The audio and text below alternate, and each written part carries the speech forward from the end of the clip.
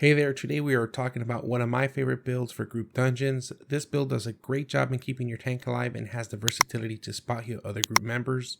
If you're doing tier 6.1 and above group dungeons, I do recommend taking at least 6.1 gear. Now, let's get into the build breakdown. For your helm, I do like to take CLERIC's COWL. It does a great job in keeping you alive with Ice Block, which allows you to go immune from damage. This is a great if you ever take aggro from healing or face any mobs that have a targeted ability. You will take aggression as your passive for the additional 3.5% damage and the healing cast. Now for your cape, go ahead and take a LYMHURST cape. You can get away with 4.2 or equivalent, whichever is cheaper for you. The mana regeneration is great and will come in handy as your group might be pulling bigger mob packs.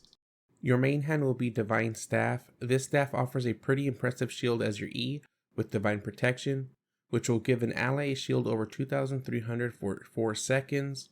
If the shield isn't broken, it will pulse and heal up to 5 allies within 5 meters for 250 health.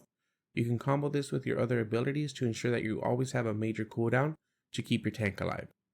Now for your Q, go ahead and take Generous Heal. You can spot heal with this in between cooldowns of your E shield and the next ability, which is Holy Beam.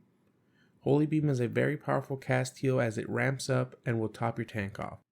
Now you can move and cast with this, so if you find yourself needing to use a shield, make sure to hit S to stop your cast. The passive will be Adrenaline Driven Charity for the additional 20% increase in healing cast. When it comes to your robe, you will want to take the Cleric robe for group dungeons. This will allow you to proc Everlasting Spirit, which will shield you and increase your healing cast by 20%. Make sure to take Aggression as your passive. Now for your boots, you'll go with Scholar Sandals. You can take Energetic Sprint to gain about 65 energy back, and for the passive, take Aggression as it will increase your damage and healing. For consumables, I like to go with Energy Potions in case you find yourself in need, and Pork Omelets for the cooldown reduction.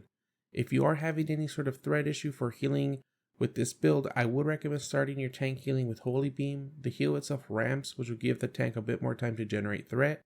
If you start with your E and Divine Protection, you'll generate way too much threat.